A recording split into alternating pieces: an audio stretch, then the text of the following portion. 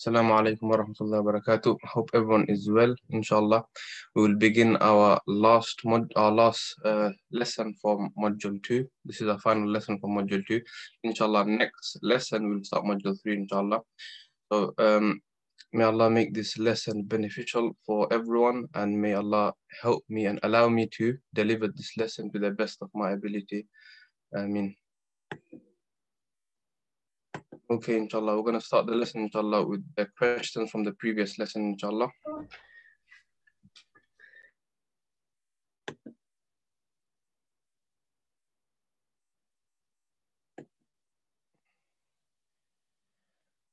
Okay, inshallah, you can use the chat option to answer the questions. These questions are from the previous lesson. For those wondering, for those who weren't in the previous lesson, inshallah, you can just check the chat option, inshallah.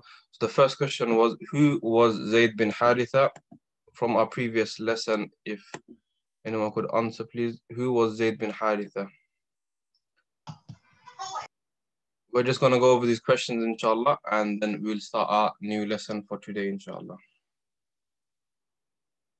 MashaAllah, Brother Imran, a slave, one of the first Muslims. Very good, MashaAllah. Yes, he was a slave, MashaAllah, adopted son of the Prophet, MashaAllah, very good. Anyone else? Yes, he was the adopted son of the Prophet. He was a slave. He was the first slave to accept Islam. He was one of the first 10 Muslims, MashaAllah. Okay, also from the previous lesson, what was the name of Ali radiallahu anhu's sword? Anyone remember the famous sword of Ali radiallahu anh? Yes, mashallah. Brother Imran's sword was called 𝗃الفقار. Very good. Moving on to the third question. Which companion was known as Abu Turab and why? Okay, which companion was known as Abu Turab and why was he known as Abu Turab?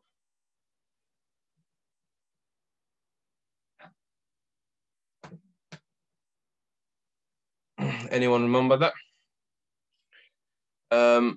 Yes, mashallah, someone wrote sand, very good. But which companion was it?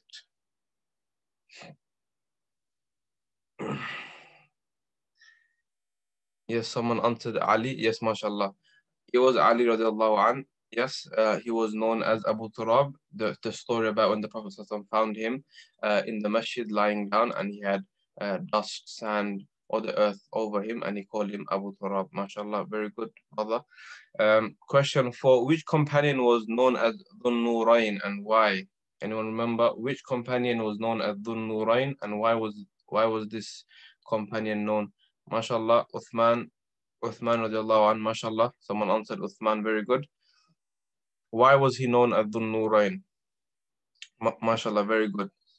Married 2 of the daughters of the Prophet, very good, mashallah. The Prophet also said that if I had a third daughter, I would have given her to Uthman radiallahu anh, mashallah. Question 5. Who were Ruqayya and Kulthum previously married to? Anyone remember? Ruqayya and Kulthum, who were they previously married to? Before they were married to their husbands, who were they previously married to before the Prophet became a prophet? MashaAllah, MashaAllah, Abu Lahab's son, very good, MashaAllah. Next question, question 6. Everyone should be able to answer this. Why couldn't they rebuild the Kaaba to the size of Ibrahim alayhi salam? They didn't have enough halal money, mashallah. Someone wrote they didn't use halal money. Financial funds were lacking. Halal funds, very good, mashallah. Very good. Not enough halal money, very good, mashallah. MashaAllah, very good. So everyone, mashallah, very good answers. Yes, very good. Next one. Why did the people fight whilst building the Kaaba, and what was the solution? Towards the end of rebuilding the Kaaba, why were the people fighting? What was it they were fighting about, and what was the solution that was given? Blackstone, mashallah, Brother Yasin. If I could have other brothers answering, please. The Blackstone, the white cloth, very good. Very good, mashallah. Someone, I think, unmuted themselves. Can everyone stay mute, please? With leaders, they use the cloth, mashallah, very good. Yes, the black stone, they fought about over the black stone, who would put the black stone on. And then the Prophet came up with a solution that everyone would put it on by putting on the black cloth, mashallah, very good, very good, very good. MashaAllah, a few brothers answered. And the last one, which Sahabi is the only Sahabi to be mentioned in the Quran by name? So there were many Sahabi that were mentioned by pronoun or they were referred to. Which Sahabi was the only? MashaAllah, yes, a few brothers said Zayd. Not Bilal, someone wrote Bilal, not Bilal or not Abu Bakr, it was Zayd. Those brothers who wrote Zayd, MashaAllah, you got it correct. Zayd bin Haritha, yes, very good. MashaAllah, we've gone through the questions, inshallah. We're going to go to our last lesson of module 2, inshallah. So we're coming to the stage when the Prophet is just about to receive prophethood. And so there was some changes taking place in his life. So inshallah, we're going to do this lesson, inshallah, now. So this was just very close to 40. So maybe about 38, 39, 40, just before he turned 40. This is where we're going to be doing our lesson from, inshallah. Okay, so if you want to make notes, inshallah, you can start making notes, inshallah. So this slide is about Tahannuth and dreams, okay? So what is Tahannuth? Does anyone know what Tahannuth is? If you could write on the chat option. Tahannuth is something the Prophet did before he became a prophet. It's something he would do a lot. Anyone know? Anyone want to take any guesses? Tahannuth. The Arabic is Tahannuth, but the English, does anyone know what it is? That's fine. Close, yes, very good. Someone wrote meditate, kind of, yes, pray in the cave, contemplate, mashallah, very good, reflect. Brother Imran, yes, very good. And Ibrahim, mashallah, reflecting and contemplating, very good, mashallah. So Tahannuth was before pre-Islam. What people would do is when they want to reflect and contemplate, yes, and they want to go away from their tribe and their day-to-day life and worldly affairs, they would go into seclusion. Okay, so that was Tahannuth. So the Prophet he started to do that a lot, and we know he would go to cave Hira, which is on the mountain of Nur. Okay, there's a small cave, the cave of Hira. The Prophet would go there, and in seclusion he would try to connect with Allah, because there were some changes going on in his life. Okay, he was just about to be a prophet. Okay, so this was some changes this was basically opening doors to prophethood. So he would go and he would leave all his affairs, okay, and he would go in seclusion. He would take some food with him. He would stay there for some time. When his food would run out, he would go back and he would get some food. Sometimes Khadija radiallahu anha would come and supply him with food as well. And also in history, we learn that it is through solitude that Allah is found. Okay, in seclusion, in isolation, that's when Allah is found. Okay, can anyone give me some examples of the previous prophets that in seclusion, when they were alone, they found Allah, they connected with Allah a lot? If I could have some examples from brothers, please. MashaAllah, someone wrote Musa alayhi salam, Yunus alayhi salam, Prophet Muhammad, Yunus, very good, MashaAllah. Yes, all these examples are very good, MashaAllah, very good, MashaAllah. Yes, very good. So yes, like some brothers mentioned Yunus alayhi salam. So in the whale, okay, in the stomach of the whale, in seclusion, okay, it was very dark there, no food there, but in there, he asked Allah for forgiveness and he connected with Allah and Allah forgave him. And that dua he made was very, very famous now. La ilaha illa anta subhanaka inni kuntu min al-zalimin. Everyone reads this now. And this was the dua that Yunus made in isolation by himself in the stomach of the whale. We know many other stories, okay? Prophet Yusuf he was in solitude. He was by himself in the darkness of the well, okay? By himself there, he connected with Allah. Prophet Muhammad in the cave, he got prophethood. There's another story about the 𝗃ص, the people of the cave. There were about 7 youngsters, and the ruler of that time, yes, he didn't want them to worship Allah, and he said, I give you a chance, you worship me or I will kill you in the next few days. So they went into the cave, and in seclusion, they connected with Allah. Very youngsters. It's mentioned in Surah Kahf, and we read it on Fridays.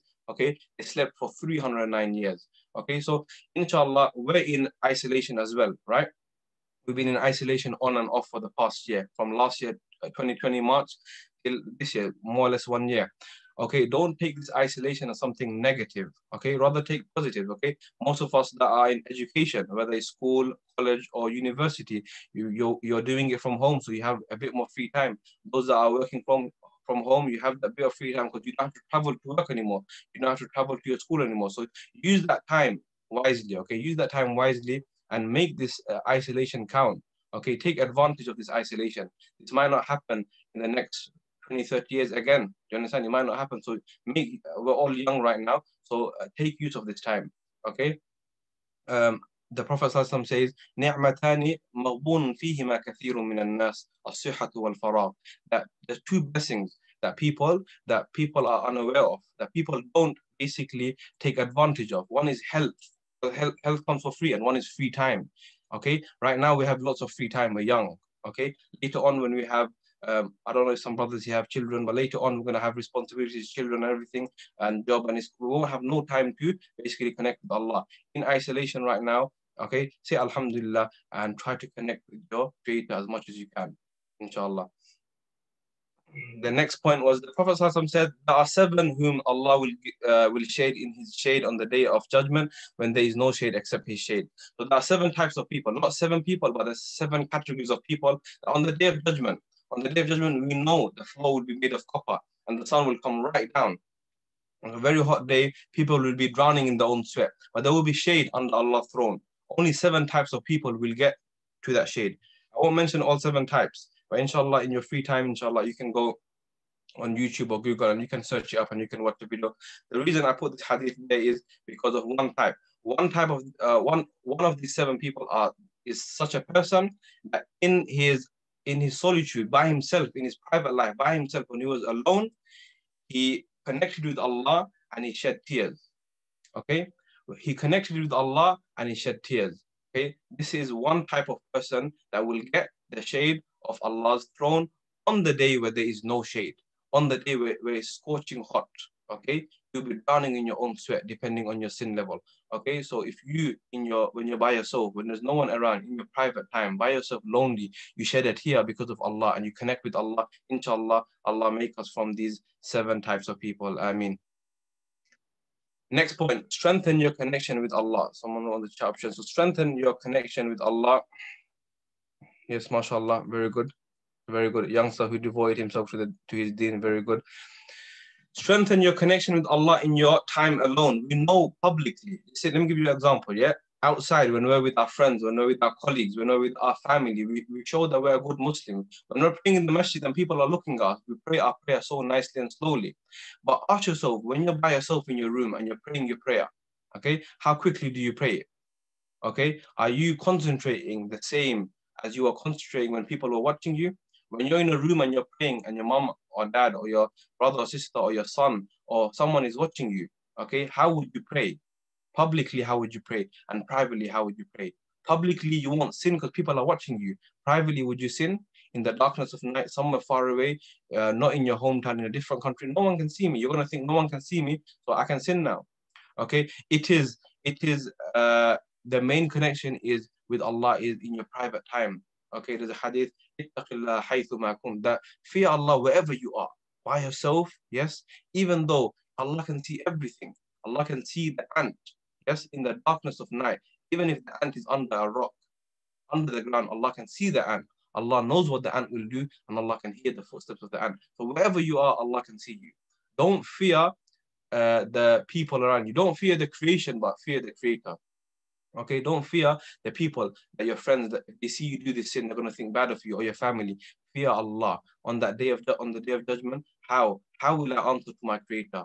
Okay, so the Prophet would go to cave Hira on top of Mount Nur, and he would go into seclusion, and that cave is very small, and from the cave you can see the Kaaba. So obviously in the cave when he goes in, yes, he's facing the Kaaba, so he'd always be just thinking about Allah and reflecting. And also on his way there, trees, rocks, and stones, they would say Assalamu alaikum. Okay, they would greet him. Okay, so he was seeing different things happening to his life. Okay, he started having dreams. Okay, and the next day that dream would come true, and this happened for many months. He would have a dream, and the next day that dream would become reality. Okay, so these were all little signs that were leading him up to and opening the door of prophethood. And we did learn in previous module 3 types of dreams. We'll quickly go over it again. One dream is hadithun nafs, the dream that throughout your day, if you're doing a daily activity, for example, someone was playing a racing game, or someone was playing football, or someone was reading a lot, okay, then in your dream, you're going to have a dream about what you were doing throughout the day, that you're playing football, or you're driving a car. Whatever you were doing throughout the day, okay, that will come to you in your dream. That's hadith al-nafs, okay. The second one was like nightmares, things that come from shaitan, the baseless, okay. When you have something, when a dream scares you, say a'udhu billahi minash shaitanir rajim, spit on your left 3 times and turn to your side. And the third type of dream is the dream that comes to the prophets, okay. The dream that comes to prophets and the dream that comes to the friends of Allah, those who are close to Allah. Even us, Lord, we can get the dreams, okay. We can get true dreams that could be a sign, okay, to Allah might indicate towards something, okay. So these were the types of dreams. We finished this slide, Tahannuth and dreams. If anyone has any questions, you can write on the chat option, inshallah. If not, inshallah, we can move on to our next slide. From this slide, some lessons we can take is, in isolation now, make the most of it. Try to use your time wisely. Allah says in the Quran, wal asr. Okay, Allah swears by time. When Allah starts the surah with wow, Allah is swearing, He's taking an oath, like وَالضُّحَى وَالشَّمْسِ وَضُحَاهَا. Yeah? وَاللَّيْلِ إِذَا يَغْشَى. By the night, Allah is taking an oath by time. إِنَّ الْإِنسَانَ لَفِي خُسْرٍ. Indeed, mankind is a loss. Okay, we all waste our time. Okay, make your time count. Make every single second count. In this isolation, especially, we're really free. Okay, do things that you couldn't do before. If you couldn't study the Quran properly, you can go study the Quran. Everything's online. Okay, if you want to study the meaning of the Quran, go pick up the translation of the Quran. You can find everything on Google, or you can buy the books. You understand? Make this count. And the second lesson we can learn from here is that just like we fear Allah in public, fear Allah in private as well. Ittaqillah haythuma kunt. Prophet said that, fear Allah wherever you are. There's no question, inshallah. So inshallah, we will move on to our next slide.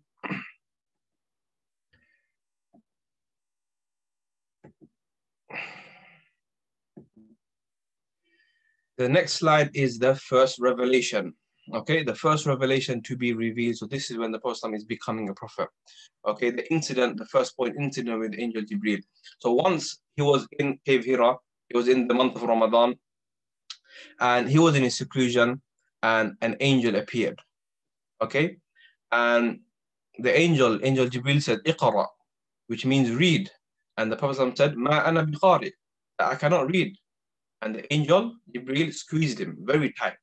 Second time, the angel said, "Iqra," and the Prophet said, "Ma ana biqari," I cannot read. And the angel squeezed him again. It happened a total of 3 times.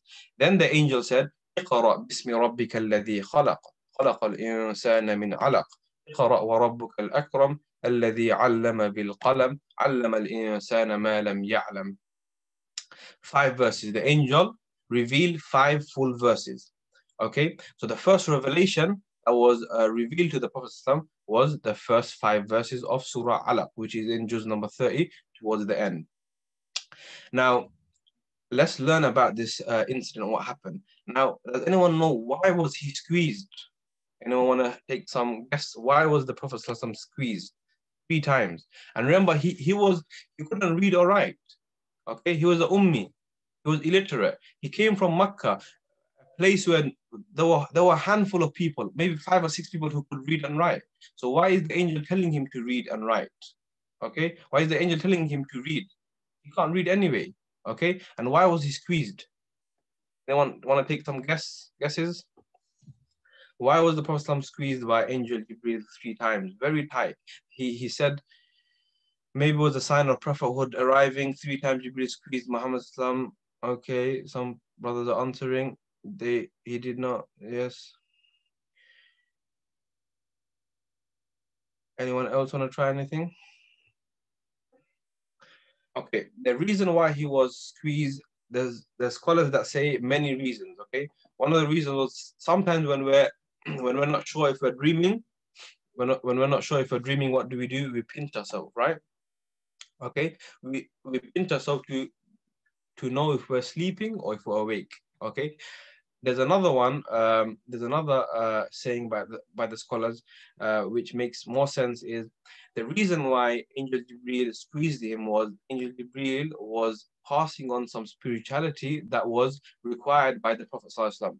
Okay, the Prophet ﷺ lacked on a bit of spirituality to become a prophet and to receive the prophethood, and this is proven by later on when the Prophet became a prophet. Later on, when the Prophet became a prophet, we all know Ibn Abbas, the Sahabi, a famous companion. Ibn Abbas, once the Prophet squeezed him, he hugged him, and he prayed to Allah, "Oh Allah, give him the knowledge of the Quran." And we know Ibn Abbas now is one of the famous commentators of the Quran. Even happened with Abu Huraira as well. That when Abu Huraira he came to the Prophet and he asked the Prophet, "O Prophet of Allah, I tend to forget. Okay, my memory is weak. I tend to forget the hadith and the sayings that you say. Those sayings, I tend to forget it." So the Prophet said, "Oh Abu Huraira, take your shirt off." The Prophet took his shirt and he blessed it. Okay, he blessed it with some spirituality. And after that, Abu Huraira says that from that day on, I never forgot any hadith. And who is Abu Huraira? Does anyone know who Abu Huraira is? Who is Abu Huraira right now? Like, what is he famous for? Probably get some brothers to answer, inshallah, in the chat. MashaAllah, hadith collector, very good. Yes, the father of the kittens. Narrating hadith, MashaAllah, hadith collector. Abu Huraira is a sahab, very good narrating hadith, MashaAllah. Narrated the most hadith, MashaAllah. Brother Amin Ahmed, very good, MashaAllah. He narrated the most hadith. And by the way, did you know that he only saw the Prophet for 3 years? When he migrated from Yemen to Medina, the Prophet was already 60 years old. In 3 years, he lived with the Prophet. He basically stayed anytime the Prophet went out, wherever the Prophet went to the toilet, he actually followed the Prophet and he learned everything with the Prophet. He stayed with the Prophet for only 3 years. Yet he narrated thousands and thousands of hadith from in Bukhari. And many other Sahaba that were with him for 23 years, they couldn't narrate nothing compared to Abu Huraira. Okay, someone wrote devoted Sahaba who followed the Prophet everywhere. Very good, mashallah. Very good. Companion, very good. Yes. So how did Abu Huraira become like that? The Prophet passed on some spirituality. So Jibreel was passing on some spirituality to the Prophet. Why? Because now he's not a normal man anymore. He's going from a normal man to the best of creation. He needs a bit more spirituality. He's going to be getting the Qur'an now.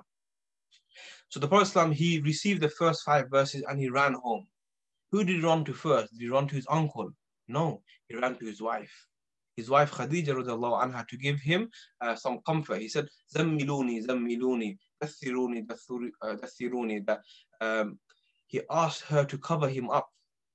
Okay, he was shivering. Okay, he felt cold. He was shivering, and his wife, she consoled him, and she said, "Don't worry, everything will be okay." She consoled him and she covered him up. That's why later on a surah was revealed, Ya ayyuhal muzammil, or the one who covers up. Ya ayyuhal muddathir. Okay, that's why later on these surahs were revealed. Okay, someone asked in the chat. Muddathir, very good, mashallah. Very good. Yes, he was part of that. Someone wrote, how about 10 companion Ashara Mubashara? No, Abu Huraira wasn't part of the Ashara Mubashara. Okay, Muhammad Abdul Rahman, he wasn't part of the Ashara Mubashara. Okay, now the next, so he asked his wife to cover him up. Zammiluni, zammiluni. Later on, Allah revealed verses in the next few revelation. Allah said, Ya ayyuhal muzammil, which is in Juz 29. Allah says, oh, the one who covers him up. Okay. So the power of the Quran is a very, very weighty word. It's a very, very weighty. It's a speech of Allah. Okay, it comes in Surah Muzammil. Inna sanulqi alayka qawlan thaqila. That even the skies and the mountains, yeah, it refused to take the burden of the Quran, the weight of the Quran. Allah says in the Quran, لو أنزلنا هذا القرآن على جبل لرأيته خاشعا متصدعا من خشية الله. That if the Quran was revealed on a mountain, the mountain would tremble and it would be shaken out of the fear of Allah. But how did the Prophet single-handedly, how did he take it upon his heart? It wasn't easy for him. Why? Other prophets got their book in one night. Prophet Musa got Torah in one night. The Prophet, he got it in 23 years. Okay, the pain and what he went through was very hard, just to make life easy for me and you. You know, Obviously, he couldn't read and write. So what they would do is, when when revelation came, they would write, okay, on animal bones, on leaves, or on slabs. There was a time Zayd bin Thabit, one of the famous scribes, one of the famous writers, he says the Prophet's knee was leaning on my knee. Okay, he was resting on my knee, and revelation came to the Prophet, and he goes, I have never felt anything more heavy. I felt like my knee, my thigh will crush. Okay, once the Prophet was he was on his camel, and revelation came. Surah Ma'idah came, and the companions say that they saw the camel wilting and shaking. The camel's leg was shaking, and they thought that the camel's legs will break. Even on the coldest of days, Aisha radiallahu anha says, even on the coldest of days, he would start to sweat when revelation came. Okay, it was a very, very big responsibility he was taking. It was something new to him. He wasn't used to it. Slowly, slowly, he got used to it. So Khadija radiallahu anha accepted Islam, and she consoled him. She said, he started saying to her, what is happening to me? Okay, what is happening to me? And she consoled him. He said, nothing is happening to you. Don't worry. Okay, you take care of your guests. You take care of those who are less fortunate. Okay, you are the ones that tie your relationship with people. Okay, your close ones, you keep a close relationship with them. Okay, don't worry, nothing will happen. And she took him to her cousin 𝗃 bin Nawfal. 𝗃 bin Nawfal at that time was a Christian. He was a famous Christian. Okay, he was a blind Christian. He was the cousin of Khadija radiallahu anha, and he spoke to the Prophet and he said, oh nephew, okay, what happened? And the Prophet said the story of Angel Jibril coming and everything that happened. And 𝗃 bin Nawfal said, this is the very same angel that came to Prophet Musa and the previous prophets, and he gave the scriptures to them as well. Okay, and 𝗃 said, your people will drive you out. Okay, and Prophet was shocked. He was thinking, no, everyone here, they know me as 𝗃صادق الأمين. Okay, everyone here, they trust me. And 𝗃 said, no, the people will drive you out, just like the prophets that came before, their people tried to drive them out. 𝗃 said, if I was young, oh son, if I was young, I would try to support you as much as I can. But later on, after some time, 𝗃 bin Nawfal, he passed away as well. And that brings us to the end of our second slide. Anyone have any questions? Okay, before we move on. So remember, the first revelation was Iqra, the first 5 surahs of Surah Alaq. Okay, it was revealed on a Monday. It was revealed on the month of Ramadan. We know why the person was squeezed. Jibril was sending some spirituality to him. We know why the person used to cover himself up. And we know that revelation was very hard on the person in the beginning. Okay, that even the companions said that they have never felt anything heavier. Okay, now we move on to our next slide, inshallah. Anyone have any questions? Okay, we move on to our next slide, our third slide for the day, inshallah. So Surah Alaq. So the first 5 verses were revealed of Surah Alaq. Okay, Surah Alaq. اقرأ باسم ربك الذي خلق. Read in the name of your Lord who created. خلق الإنسان من علق.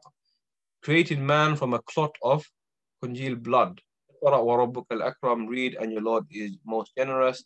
الذي علم بالقلم. Who taught knowledge by the pen. علم الإنسان ما لم يعلم. Taught man that which he did not know. So this message was sent for the full mankind. The Iqra, read. Okay, the first ever word to be revealed was a command, that read. This message is for all of us. We're going to learn about the importance of knowledge, inshallah, in the next slide. So does anyone know who was the first person who learned how to use a pen? Who was the first person Allah taught to use a pen? Anyone know? MashaAllah, Idris alayhi salam, very good. MashaAllah, 2 people wrote Idris, very good. Yeah, Idris, Prophet Idris, who came just after Prophet Adam. Yes, MashaAllah. He was taught how to use a pen. He was the first person taught how to use a pen, the first prophet. Remember that, everyone, inshallah. Now, after this first revelation stopped for some time. Some people say a month, some people say a few months. Okay, revelation stopped for some time until he got the second revelation. Some people say the second revelation was Surah Qalam. Okay, Noon wal qalami wa ma yasturun. Okay, Allah knows best. But from the first revelation to the second revelation stopped for some time. And you might think the Prophet was happy that revelation stopped because it was a less burden on him. No, rather he went to the cave every single day looking and waiting for the angel to come to give him revelation, but revelation never came. Okay. and how many days go by and how many months go by, we don't touch the Quran, we leave the Quran. Okay, we're going to be talking about that inshallah in the next few slides. So why was Surah Alaq the first revelation, and what does Surah Alaq teach us? Some lessons from Surah Alaq inshallah. Surah Alaq, from the first word, we know that Allah is teaching us the importance of knowledge. Okay, Allah is teaching us the importance of knowledge. What is knowledge? Okay, اقرأ, read. Okay, the more you read, the more you will know. By the way, Allah in the Quran only commanded the Prophet ﷺ to ask for an increase in only one thing. Allah asked the Prophet ﷺ to ask for an increase only in one thing. It wasn't in status, it wasn't for fame, it wasn't for power or offspring.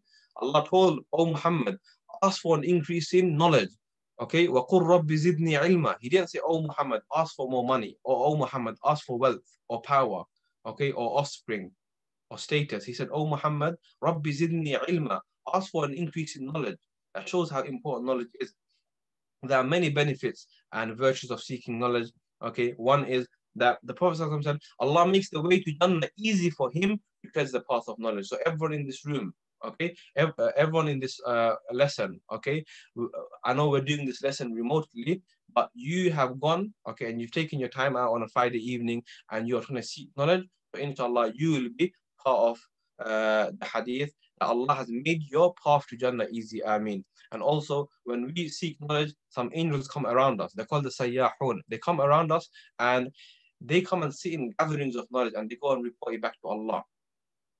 Okay. There are many other virtues of seeking knowledge. Okay. Also, the fish in the sea and the creatures in the sky, they ask for the student of knowledge's forgiveness. They ask on behalf of the student of knowledge. So may Allah forgive everyone in this classroom all our shortcomings. Ameen ya Rabbal Alameen. The story of Musa alayhi salam and Khayr. When Musa alayhi salam and Khayr, there's a story that's mentioned in Surah Kahf as well.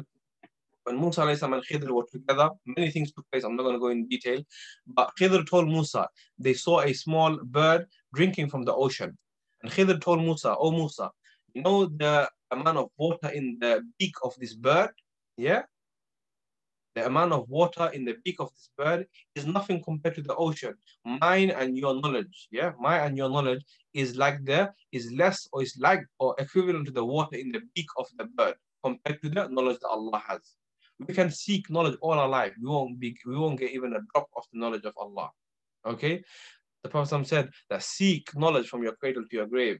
Okay, all our life we should try to learn. Every single day we should grow as a human being. We should learn something new, inshallah, or we've wasted a day. There are many ahadith about knowledge, okay? And also, when Allah wants good for someone, then He helps this. How does Allah help this person? Allah bestows him with the understanding of the religion of the deen. Okay, there are many other hadith regarding knowledge. We're not going to go too much into detail.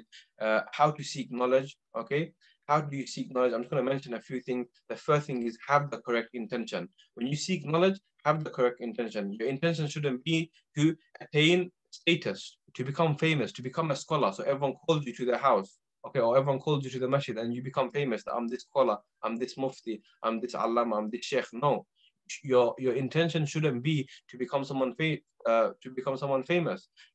You shouldn't have the intention that you want people to boast about your talks and you want people to boast about you. Your intention should be what?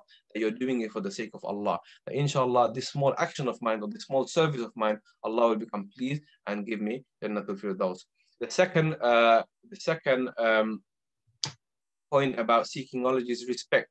Respect your teachers, respect the tools of knowledge, the pen you use, the book you use, everything you use that will help you and aid you in seeking this knowledge, respect it. Okay, inshallah, you will seek true knowledge like that. And the third one is act upon whatever you learn. So whatever you learn, any hadith you learn today, try to go and act upon it.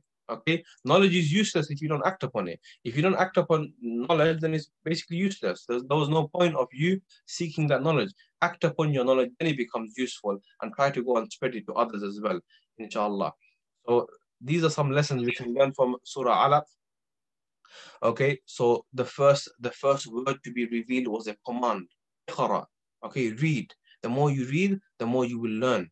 Okay, and we have many tools of learning compared to the people of before. We have many tools. Okay, we can learn online. Look, we're all from different parts of the city, or maybe even we have some people from different countries as well. Okay, we have a brother from Pakistan. We have people from different countries. Okay, and how we're all getting together and we're learning about the Prophet. Okay, knowledge is very easy. Back in the days, it wasn't like that. It wasn't very easy. We have knowledge basically on our fingertips, on our phone. We can go on YouTube, we can go on Google, we can go in a classroom like this, like Zoom, and we can learn. It's very easy for us now. Okay. Remember, try to learn knowledge throughout your life as much as you can. You're never too old. Even if you're 30 or 40 and you started too late, you're never too old. Okay. Remember, the Prophet became a prophet at the age of 40. Okay. So, inshallah, Allah makes us true seekers of knowledge. Doesn't matter. You will never have enough. Keep seeking as much as you can. There's a saying there, okay, for you to read. Imam Ghazali said, the death of the heart is ignorance, and the life of the heart is knowledge. Okay, so if you want to give life to your heart, then seek knowledge. Okay, as much as you can. Okay, that could be even once a week. Even if it's once a week, like this Seerah lesson, then do so, or once a month. Never ever say no to knowledge and just leave it and think, I know enough now. Okay, it's never enough. The Prophet said, seek knowledge from your cradle to your grave. Now, moving on to our next slide, facts about the Qur'an. Okay, there are many facts about the Qur'an. I've just listed a few. So the Qur'an actually descended twice. So, we famously know as the Surah Inna Anzalnahu fi Laylatil Qadr, that the Qur'an, it descended on the night of power. It did descend on the night of power in complete form. It came to a place called Baytul Ma'mur. Okay, from the Lawh al-Mahfuz, from the preserved tablet, it came to a place called Baytul Ma'mur. Does anyone know what Baytul Ma'mur is? So this word here, it came to this, if you look at the first point, the Quran first descended from the Lawh al-Mahfuz to the Baytul Ma'mur. Does anyone know what the Baytul Ma'mur is? The Kaaba in the seventh heaven, mashallah. The exalted house, mashallah, very good. Two brothers answered the question, very good.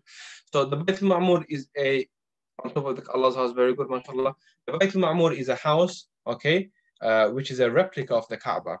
Okay, it's a replica of the Kaaba in the lowest heaven. Okay, and 70,000 angels, they do tawaf of it every single day, and no angel gets a second chance to do it. So the Quran was first revealed onto that from the Bayt al-Ma'mur. It took about 23 years for the Quran, slowly, bit by bit, to come to the Prophet. When there was a need, when something happened, a part of the Quran came. When someone asked a question, a part of the Quran came. Now, the third point is a very important point. I want everyone to concentrate on this point. Anything that attaches to the Quran becomes great. Why is Ramadan so great? Not because we fast. It's because the Quran was revealed in this month. That's why it's the best of months. Why is Laylatul Qadr, the night of power, the best night? Because the Quran was revealed on this night. That's why it became the best night. Why is Angel Jibreel the best of angels? Because he had the job of giving the Quran to the Prophet ﷺ. Okay. Why is Prophet Muhammad ﷺ the best of prophet? Because he was given the Quran. Okay, why is the people of Muhammad, why are we, the nation of Muhammad, why are we the best of people? Because we were given the Quran. Okay, now think about it. Anything the Quran attaches to, it makes it the greatest. So imagine we take the Quran into our life, into our homes, into our hearts. Won't our hearts be the best of hearts? Won't our house be the best of houses? Won't our family be the best of families? So take the Quran into your life, inshallah. Make it a part of your life. The first thing you do in the morning, start your day with the Quran, inshallah. You will see the blessings that will flow through your day, that will flow through your life. Okay? Start the morning, inshallah. Start the morning, 20 minutes of Quran, and you'll see how much blessings and how much blessing this Quran gives to your day. Okay, some other facts about the Quran. The longest surah is Surah Baqarah, and the shortest surah is Surah Kawthar. 114 surahs were revealed, 86 surahs are Makki, and 28 are Madani. Can anyone tell me what Makki and Madani are? Anyone know what is the difference between a Makki surah, a surah that was revealed in Mecca, and Medina? What's the difference? Makki was revealed in Mecca, surah revealed before prophethood, Mecca and Medina before migration. MashaAllah, very good. MashaAllah, some brothers wrote, yeah. The Makki surahs are those not revealed in Makkah, but they were revealed when the Prophet's hometown was Makkah. So before migration, anything that was revealed before migration, whether he was in London or wherever he was, okay, that will be a Makki surah.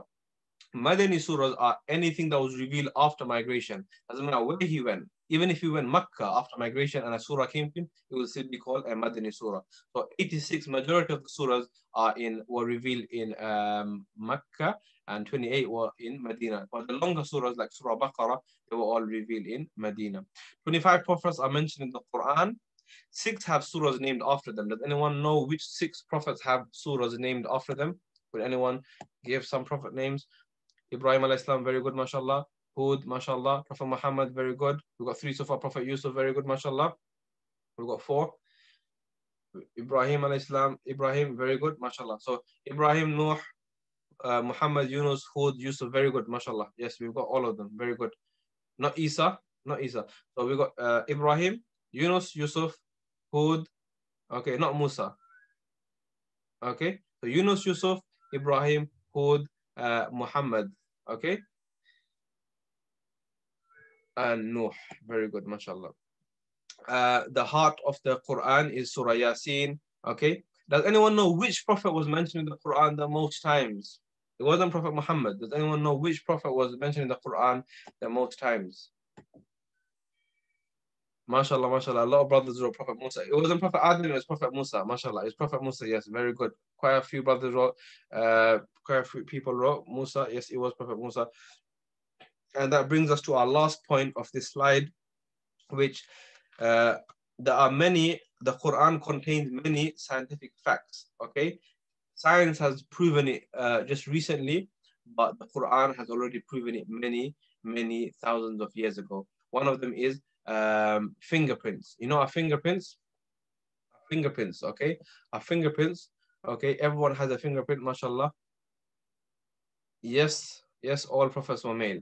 Okay, everyone has a fingerprint like Arif mentioned. Yes, okay. Each human being has permanent individual fingerprints. It's in Surah Qiyamah, verse number 4. أَلَا قَادِرِينَ عَلَىٰ أَن نُسَوِّيَ بَنَانًا. And there's many other scientific facts in the Quran. Okay, this has been mentioned in the Quran. Fingerprints, okay, this has been mentioned in the Quran that each person has their individual fingerprints, okay, that all life originated from water, okay, so many وَجَعَلْنَا مِنَ الْمَاءِ كُلَّ شَيْءٍ حَيٍّ. There's many scientific facts in the Quran. You can have a look at it, inshallah, and you can go over there, inshallah. Okay, that takes us to our last slide, inshallah.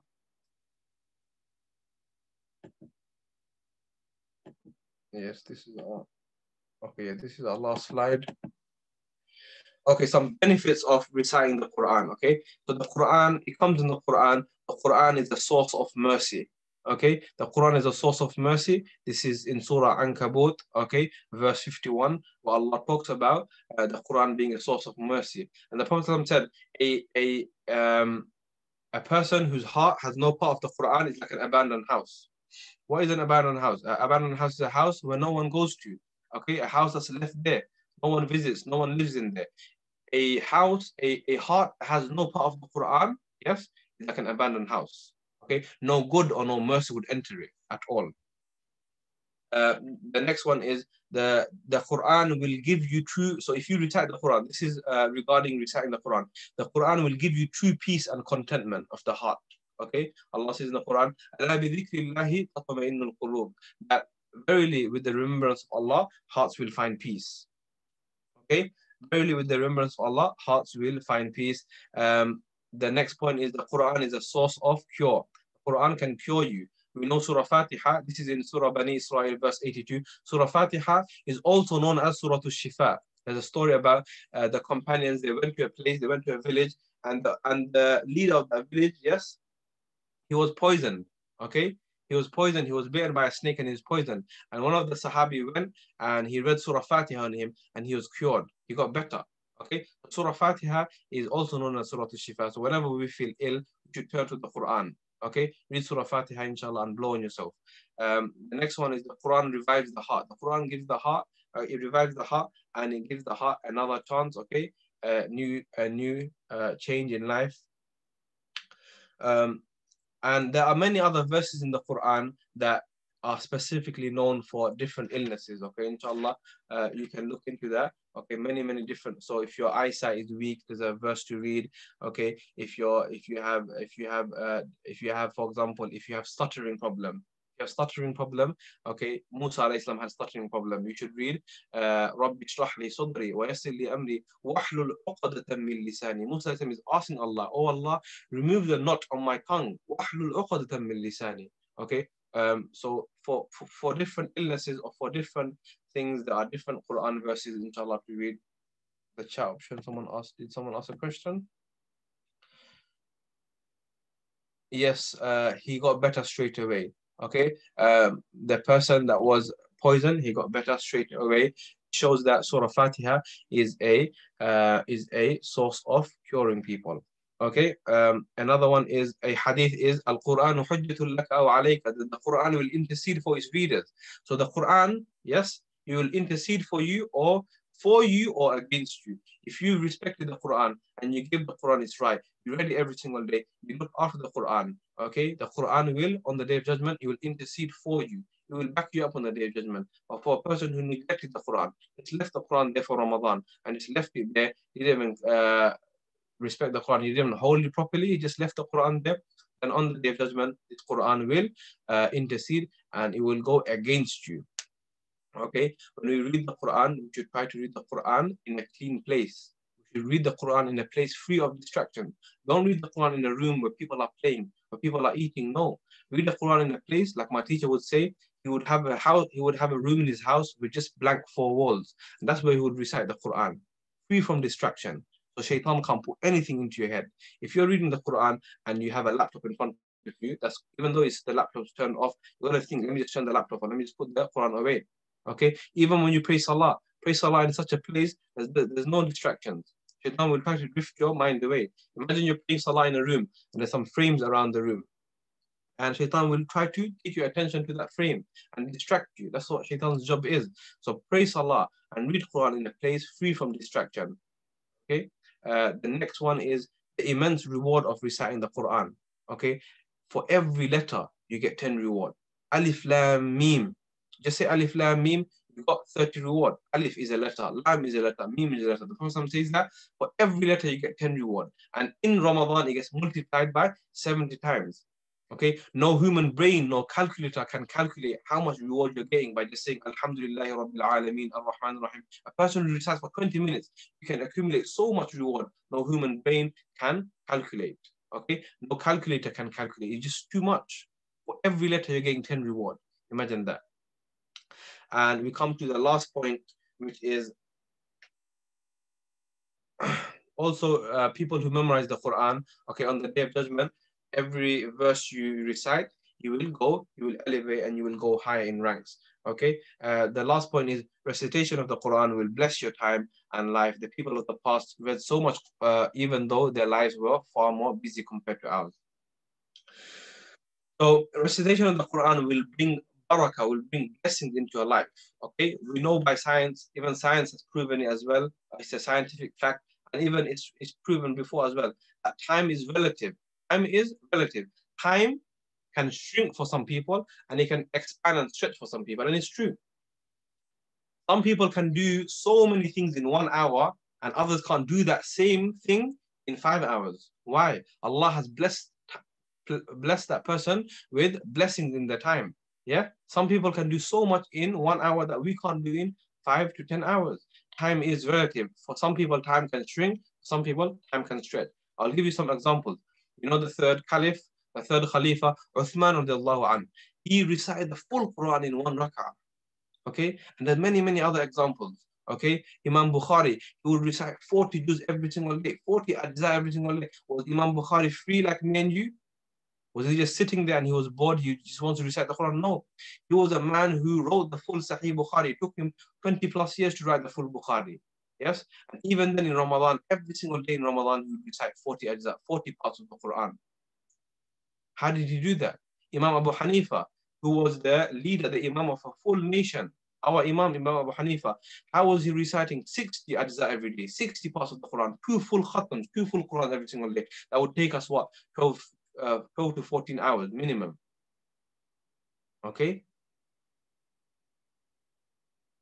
How would they do that? And imagine now, we have more time than them. Does anyone know why we have more time than the people of the past? Even though the people of the past, they had less time, yeah, and they still got so much more done than us. What do we have that we should take advantage of that they never had? Does anyone want to give any? Technology? Yes, very good. Technology, very good. Yeah. Some of the people of the past, they would have to travel for 2 months to get one hadith. For us, we just search it up, or we go to our Imam, we've got it. We've got scholars on our doorstep. We've got a scholar in every single locality now, in every single area. Before, there was a time we would have to travel for 1-2 months, and there's only one specific scholar for hadith. He lives far away. He lives in Yemen. You have to travel there. For fiqh, you have to go there. For tafsir, you have to go there. Imagine that for us, we have everything now easy. So we can do it online. We can go to our local scholar. There's so many Islamic schools everywhere. But the main point I want to mention is appliances. We have everything easy for us, yeah? Washing machine. We want to wash our clothes, done. We put it inside the washing machine, it's done. How did the people of the past do it? They would have to physically get the clothes. They would have to go to the local lake and they would wash the clothes there, spending 45, 50 minutes, 1 hour. How did they used to cook the food? Yeah? They would have to heat everything up. They would have to make the fire, okay? Everything they did. Us lot, we can do everything very easily. One day we're hungry, we're not bothered to cook, we can call Uber Eats, yeah? It's so easy for us. We have so much time, okay? Yeah, we don't use our time. The people of the past, they had no appliances, okay? How would they heat water up? We have a kettle, right? How would they heat water up? They would have to make that fire. Yes, they would have to go and fetch water from the lake. They would have to come back home, put it inside the pot and heat it up. All taking what, 30 to 1 hour, 30 minutes to 1 hour. Us lot, we put in the kettle, 1 minute, 2 minutes, water's already hot. Yeah, we have so much time in our hands, but we don't use it properly. Yes, the difference is we waste our time too much. And the people of the past, they would make every single second count. Okay, there's a story about Imam Nawawi, the author of 𝗵صالحين. He wouldn't waste a single second. He never even got married because he thought if he gets married, he can't give his wife enough time. When people would come to visit him, just because he didn't want to waste time, he would talk to them and he would sharpen his pencils. He would sharpen his pencils, not to even waste a single second. And how many seconds go by? We're wasting. We're just sitting there wasting time. Okay, so many seconds go by, so many minutes. Forget minutes, so many hours and days go by. We don't do nothing. Okay, we're not productive. Every single day we have to grow as a Muslim. We have to be better than the previous day. Okay, we have to be better every single day and ask yourself every single day. We have to go one step closer to Jannah and not just sit where we are. You understand? That brings us close to the end. Okay, one more hadith. Aisha radiallahu anha narrated that the Prophet said, just as the stars in the heaven are visible to the people of the earth, the houses where the Quran is recited are visible to those in heaven. So just sitting at home, we can see the stars in the sky. Yeah, that is visible to us, the light of the stars. Those in heaven, the angels and Allah, they can see the people shining on the earth, those who recite the Quran.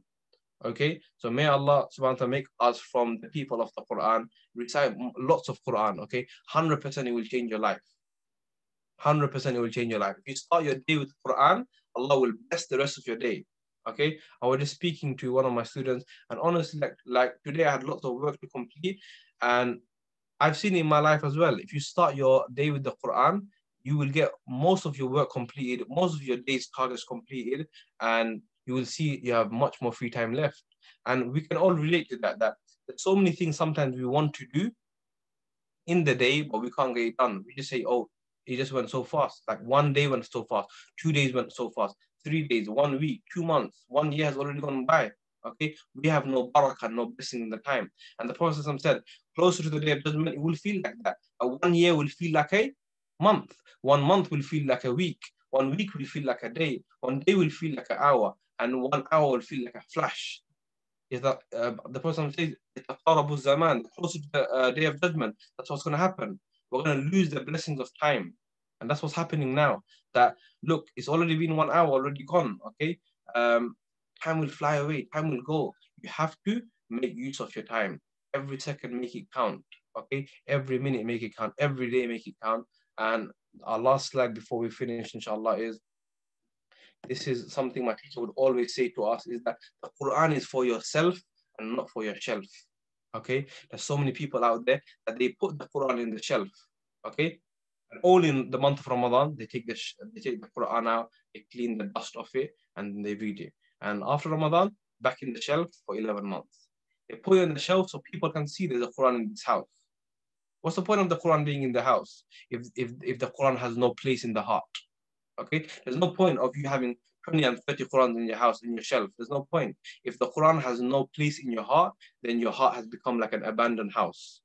Okay, the Quran is for yourself, not for your shelf. Even if it's 10 minutes a day, yeah, 10 minutes reading it loud, 10 minutes. Okay, read the Quran, try to understand the Quran, try to read that translation, and inshallah you'll see your life will change for the better. Allah will put so much barakah in your life. Allah will bless your life. Allah will bless your time. Everything you will do, even your productivity, everything you'll get it done, inshallah. So that brings us to the end of the lesson. There were many points that were mentioned from the beginning of the lesson. Inshallah, next lesson we will start the life of the Prophet as a prophet in Mecca. So we finished module 2. Have a look over your notes. If you missed any lessons, you can go over. It's all on our YouTube channel, inshallah. So this full module covered the Prophet's life from birth all the way until prophethood. Okay, if you want to review the lessons, then the details are there. Okay, on the YouTube channel Khayr Academy, you can go and inshallah you can have a look at the previous lessons. We're done with the lesson. Has anyone got any questions? If not, inshallah we can wrap up, inshallah. May Allah make everything that was said beneficial to everyone. Inshallah, Allah makes it easy for everything that was said to be acted upon by myself first and everyone in the class. Ameen. Wa akhiru da'wana and alhamdulillahi rabbil alamin. I think someone has a question.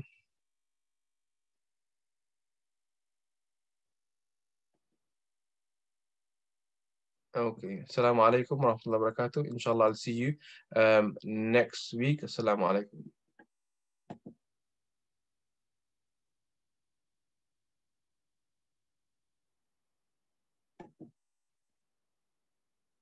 Assalamu alaikum.